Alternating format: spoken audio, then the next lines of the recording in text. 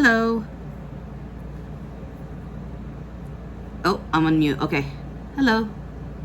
How are you? Good. How are you? Long time no see. I know. Long time no see or hear. Yes. How's everything going? Well, my book's coming out next month. That's awesome. Yeah, I'm pretty excited. We're just finalizing the layout now, and the ebook will be first, and then the hard launch will probably be the end of September. And Nice. It takes about 4 to 6 weeks to print it, so Okay. it's time for a new playbook. Well, how long does a book take on average? How long did it take me to write it? Yeah. A year and a bit. Is there like an industry benchmark to how long books take, or is it just depending on the author and how available they are for it? Yeah, and it's a process, right? Right. It's probably the hardest thing I've ever done. Right. A lot of work. I'm sure. And is it based on qualitative or quantitative, or what kind of research?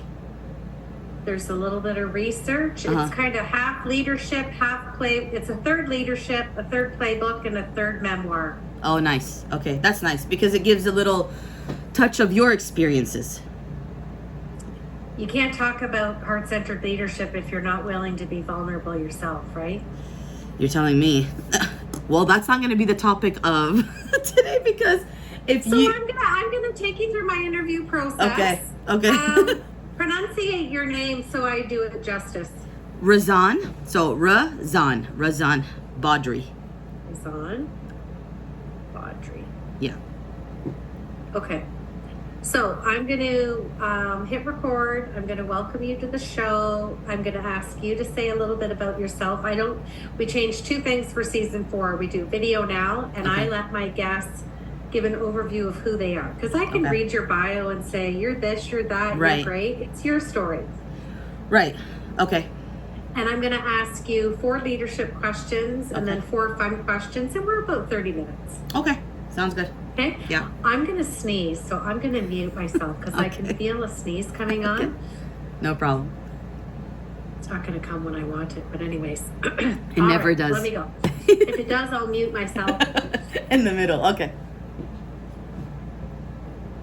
Recording in progress. So welcome back to Imperfect, the Heart-Centered Leadership Podcast. And I am delighted today to have our guest. I met her, I'm going to say during COVID, when I was running my 30-day Heart-Centered Leadership Challenge. And I extended her an invite to participate. And she recently reached out and said, let's reconnect. And I thought, what a great story it will be to reconnect and have you on the podcast. So I want to welcome Razan Badri to the show. So thanks. It's so good to see you. It's been a while. We were saying before I hit record, long time no see, but It has. now's a great way to catch up. So tell the listeners a little bit about yourself. And I know your role has changed since we first met. So Right. tell us a little bit about what you're doing and the work you're doing. So, a lot of new things have come up quite recently. One of the ones that I do want to share because I'm super proud of is I was selected to be one of Tony Robbins's mentees in his business strategy mastery program. So I'm so proud of that. I'm going to have a results coach and I'm going to be able to scale my business that I've been working on, and it's evolved. And this business is basically an online platform, it's going to be like a learning management system. It's an online platform where you can access videos of trainings online. The niche of it versus others is I bring in the EQ and the CQ. So emotional intelligence and cultural intelligence. I am an Arab American Muslim female, and my Arab ethnicities, or actual all ethnicities, are of Russian descent, Turkish, Saudi Arabian, and Syria. And so the cultural intelligence aspect of my trainings is super important. And I say this a lot because in America, we say that America is a melting pot. It's not. It's a tossed salad. We have some carrots, we have croutons, we have lettuce, and we each taste different, and we each have very, very different nutrients. Well, congratulations. Lots of things have happened since we first met and connected with COVID. So I'm going to dive into my interview and ask you my leadership questions. And my first one is, what kind of spurred you to get that fire in your belly going after the leadership challenge? What was the catalyst for change for you? So the leadership challenge opened up my eyes to something, because at the time I was doing my master's at USC in human resource management, and I was taking a leadership in HR class, and in that class we were doing the Brene Brown book Dare to Lead, and we were doing the worksheet, like values worksheet. And so as our professor was taking us through it, it made me dive very, very deep into my soul. And I realized that my two top priority values were make a difference and respect, right? And so when I entered your challenge, the part about gratitude was something that really, really resonated at the time. Because yes, I do make a difference every single day. I know I do. From the guy that brings me my coffee, and from the gardener that I say hello to, and from my new Israeli neighbor that I gave a toy to, a learning toy, so his kids could learn English faster than the norm because they only know Hebrew, right? I know I make a difference, and I know I respect everybody, because I was nominated 76 times in the city of Beverly Hills for the Embrace Civility Award, right? So that was done. But the problem was I wasn't thanking myself, the world, the universe, and God for the capabilities he gave me, right? And so that part in your leadership challenge was something it was easy to do, but it was hard to believe, right? And so when we were forced to do it, because that's part of the evolution, right? The part of the transformation, every time I would write, and your challenge said, write anything that you're thankful for. And so at the time, I spent about 2 weeks in Myrtle Beach with my family, and Myrtle Beach has it's in South Carolina, so it has a beautiful beach, and we own a condo there. And so I would write, I'm thankful for the shells. I'm thankful for my daughter walking on the sand, right? I started saying thanks to the things that really, really make a difference to me. And that's when the transformation really happened. And it allowed me to accept my successes for what they are, because I was born to do them. It's beautiful. It's, a lot of times people say to me, that's so simple, Deb, or it's common sense. And how many times did I say ad nauseum, common sense isn't always common practice.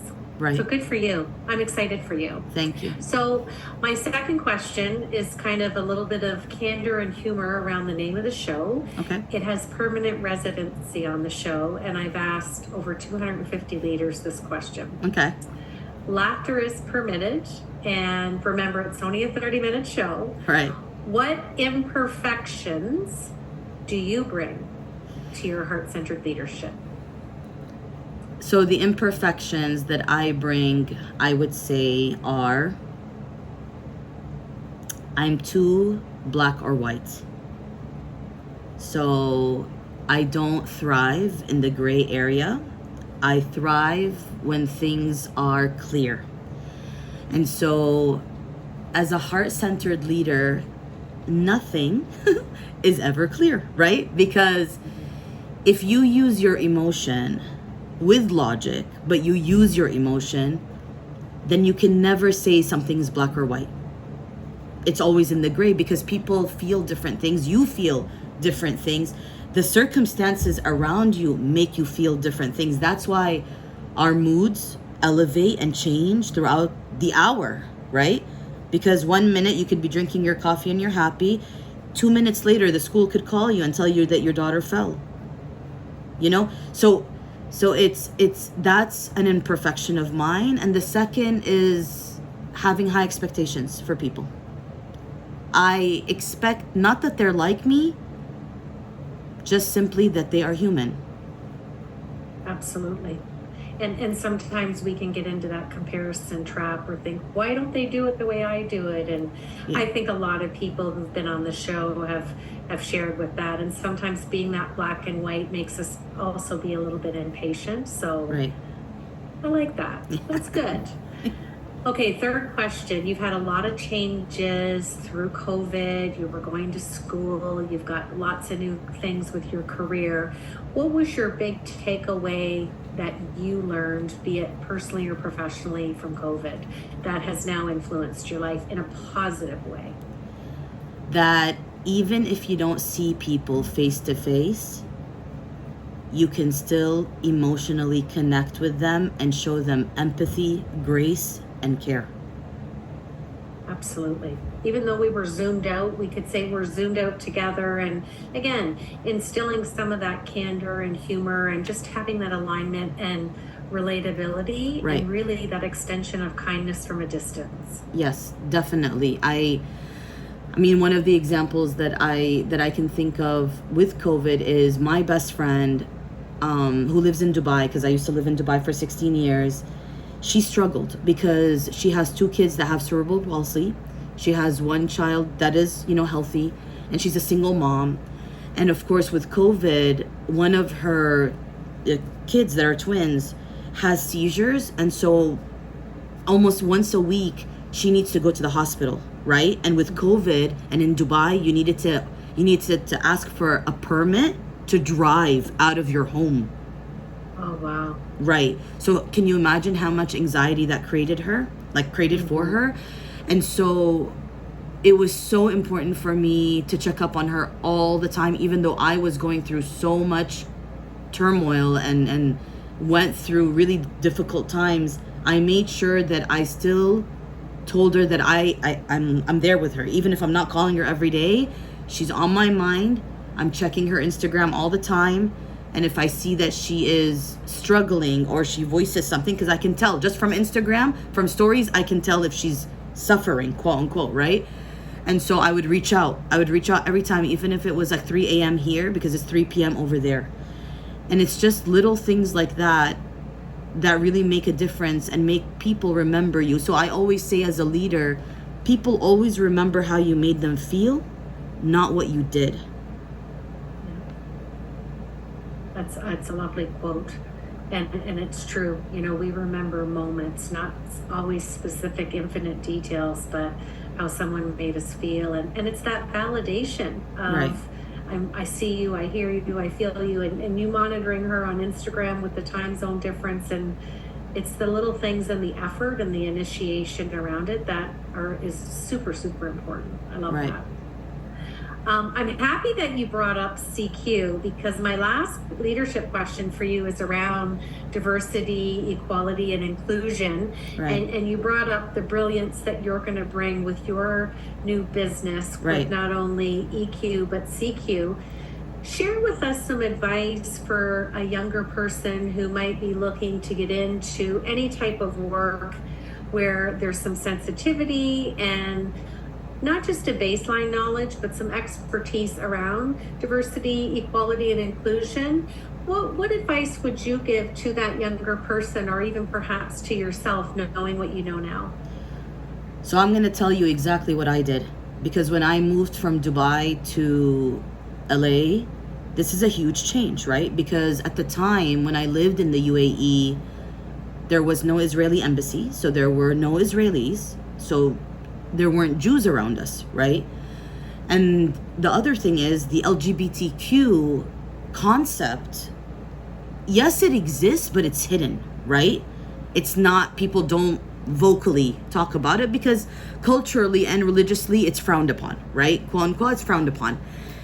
And so for me to move from that, which I'm used to because I lived abroad for 35 years, right? In those areas, Saudi Arabia, Dubai, Egypt, so to be able to change my mindset and go from there to here to a very liberated city, you know what I mean? Like California, and it's California, LA, Beverly Hills. So I'm in the middle of freedom, right?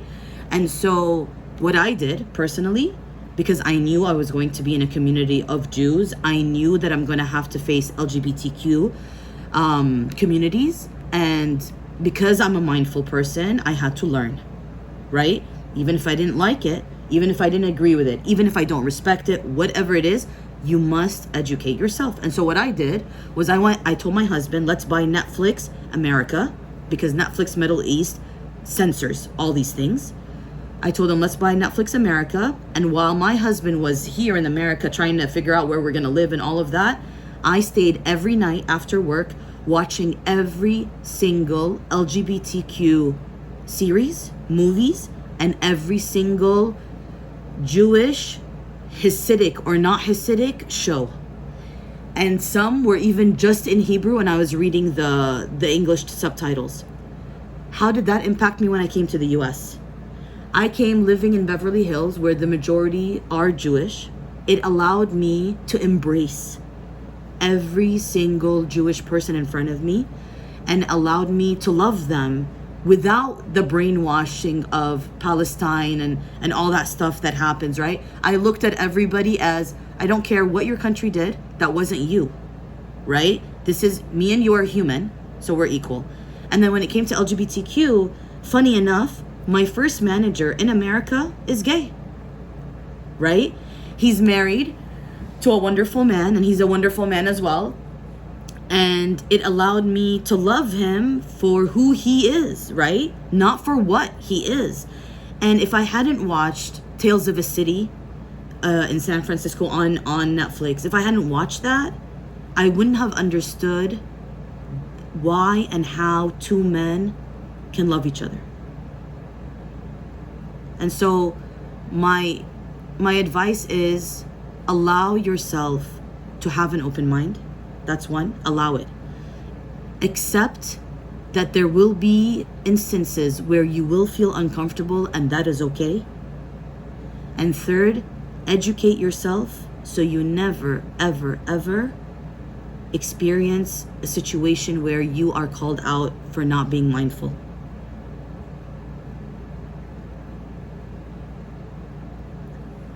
I can't hear you. See, this is why it's an imperfect podcast. I'll pause for a sec so my editor can fix that. Okay. I love that you adapted to knowing what you needed and wanted to be when you landed in California, and taking the time to get Netflix in the US and start educating yourself. And isn't it that slight vulnerability that we all need? We need to learn what we don't know. Right. And you knew what you didn't know and what you needed to know to land in a completely different country. Right. And kudos to you. And I just think it's such alignment. It goes back to that gratitude practice you did. You were setting the foundation for all of this to happen. Right. No, it wasn't, being a Muslim, it's very difficult, of course, to some of those shows were pure like porn, right? And it was very difficult because in reality, I'm not allowed to see that, right? The reality, if I'm going to stick to religion, black or white, I shouldn't be seeing stuff like that. But I said to myself that if God is not going to forgive me for wanting to accept every human, then he should have probably never put me on earth. And so I really went out of my comfort zone to learn, but that's because I knew that if I did learn, I would come to America not to survive, but to thrive. Exactly. And you are. So kudos to you. Thank you. It's been a journey. I'm going to switch to my Fab Four. This is just 4 fun questions. Okay. Whatever's sitting top of mind. Okay. Okay. First question. Share with us a word or a phrase that is common in your vocabulary when you're speaking or doing any extension of leadership. What's something that's on repeat for you that you've kind of adhered to? It's supposed to be funny. It's whatever it is. Okay, this is something that I always say all the time, and I say it to my daughter a lot. And because my daughter is like my number one trainee, right? So she's 7. And I tell her so I really count on accountability. So I tell her, Sarah, practice what you preach, right? And now she's 7 and she understands what that means, right? Because I've repeated it so many times. And I say it to everybody, even my husband, the office, whatever. I always say people need to practice what they preach. It's not enough to want to sound like you're smart or you're mindful or you're whatever if you're not walking the talk, right? So you got to do it. It has to align, or else people lose trust and credibility in who you are. You know, whether you're a mother or whether you're a leader or whatever it is, if you don't walk the talk, then just don't talk it. And that's why I wrote my book. Okay, second question. Share with us a book that you've read, and this could be at any time in your life, that was impactful. Mm-hmm. And what was the name of the book and who was the author? This is going to sound so weird, but there's a twist. So the most impactful book, okay, so on a professional level, the most impactful book was Dare to Lead by Brené Brown. And I'll say 2. And Mastering Civility by Dr. Christine Porath. So that was very impactful in terms of just leadership and civility and being brave and daring, right? But on a personal level, a book that really, it took me time to understand the psychology of a human through this book, and it was the 50 Shades of Grey. The way I read it was, what happened to this man for him to become like this, right? Like that's the way I always, so this comes a lot with the EQ and CQ, right? I look at people and I think whenever they've lashed out or they've acted up, I ask myself, what happened to them? What happened, right? And so once in my office, one of the leaders who is of a Latino culture, I asked him once, because I've heard different things about him, and I'm the type that doesn't go with the wind. Like if somebody says bad things about somebody, I don't believe it until I know the facts. And I have to know the facts from the person themselves, right? So I was talking to them, and I was just in general saying, tell me about like your life. And then, like, where did you live, blah, blah. So they said they lived in a Latino country, and that's where they were, that their mother allowed them to escape to, to come to America for a better future, whatever. Within the conversations, I find out that his father was murdered in front of him. That his brother also was murdered by the gang, right? And so when I learned that, I understood why people call him out for being for having favorites, or for having loyal, like the clan, right? If you really look into a person and you say, why are they like that? Why isn't he treating everybody equally, right? Well, he wasn't treated equally. His father wasn't, and his brother wasn't. So why should he treat everybody else equally if he wasn't treated equally? Mm-hmm. So when you understand these complexities in people, you start to realize why they're like that, not blame them for the reason they're like that. Exactly. That's deep. It's good. And it's, I call it sitting in the observer's chair. When you can sit in the observer's chair and see life through his vantage point. Right. We're all born pretty innocent and free, and we become that of the circumstance we've lived and learned, and right. We're complex humans. We are. Yeah, we are. Okay, my third question's kind of fun. Let me give you some. Yeah. Let me frame it up for you. So I'm granting you a wish. Okay. And you get to have dinner with any leader that you'd like, and this leader could be living or they could have been passed away. Who are you having dinner with? Why are you having dinner with them? And what is the dinner conversation? Wow. So I didn't think of this question before. So, but when you said those, when you probed on them, so this is going to be very random because I've never met them in my life and they're related to me. I would love to have dinner with my great-grandfather, Dr. Abdul Wahab Qanawati. And that's because he got his PhD from Switzerland in chemical compounding. And he was the pioneer of medicine in Syria. So when he went back to Damascus, he opened the first medicine factory in Damascus and Syria, in all of Syria. And he opened the first pharmacy in Syria. And he used to go on a donkey with a cart with all the herbs, and he'd go from city to city making medicine and curing people around him until he was able to open that factory and create proper medicine. And until today, if you ask anybody that's from Syria, from any city, and you tell them, you know that pink aspirin sachet that has a little boy's picture, and that's my uncle Zafir Qanawati, they'll tell you, yeah, that's the children's aspirin. And then they'll say, yeah, that's the Qanawati, that's Abdul Wahab Qanawati. And so his legacy is until today. Until today, if I say my mom's side is Qanawati, and I'm talking to anybody that's Syrian, you know what they say? They say there's a saying, a response to it in Arabic, which is wal na'am, which means with honor. That's lovely. I could feel your emotion when you talk about him. That's lovely. What a legacy. Yeah, Think it is. of all the lives he has saved. Wow. Well, first of all, before we close out the show, I have a sentence I'm going to have you finish. Okay. I'm so glad you reached out. I'm so glad you are thriving. You are thriving. And we must keep in touch. And I wish you all the best. And Thank you. thank you for being in the arena of heart-centered leadership with me, because It's I my think pleasure. together we make a ripple effect.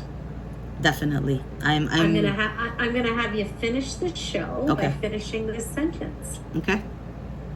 Heart-centered leadership is The only way that humanity will ever become better. Recording stopped. You look so relaxed and so happy from when I first met you. I know. Like you have come into your own. Yeah. High five. Virtual. Virtual high five. Yeah, no, it's been a journey. I haven't reached my destination. It's still gonna come. That's absolutely everybody. If you don't continue to evolve and learn, and well, let's keep in touch. I would love for you to read my book. I'd love your endorsement Yes, on my please. book, Yes. especially since you are, continuing to evolve in heart-centered leadership. And I just wish you so much success. And let's keep in touch. Thank you. Thank you so much. And I will need from you. Okay.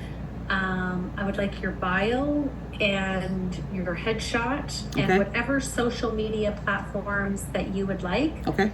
Send them to me, and I'll send them to my team, because I didn't even tell my team I was interviewing you. I Right. just do that sometimes, and I'll slip you in Yeah. the schedule. Yeah. So I will let Jen and Christian know that you're going to send Okay. me that. So if you can send it to me within the week, Okay. Yeah, I can do that.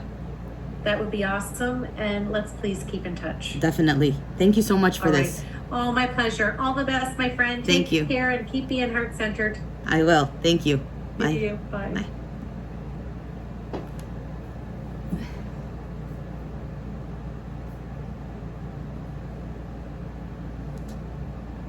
That was my first ever broadcast on a podcast with a famous author.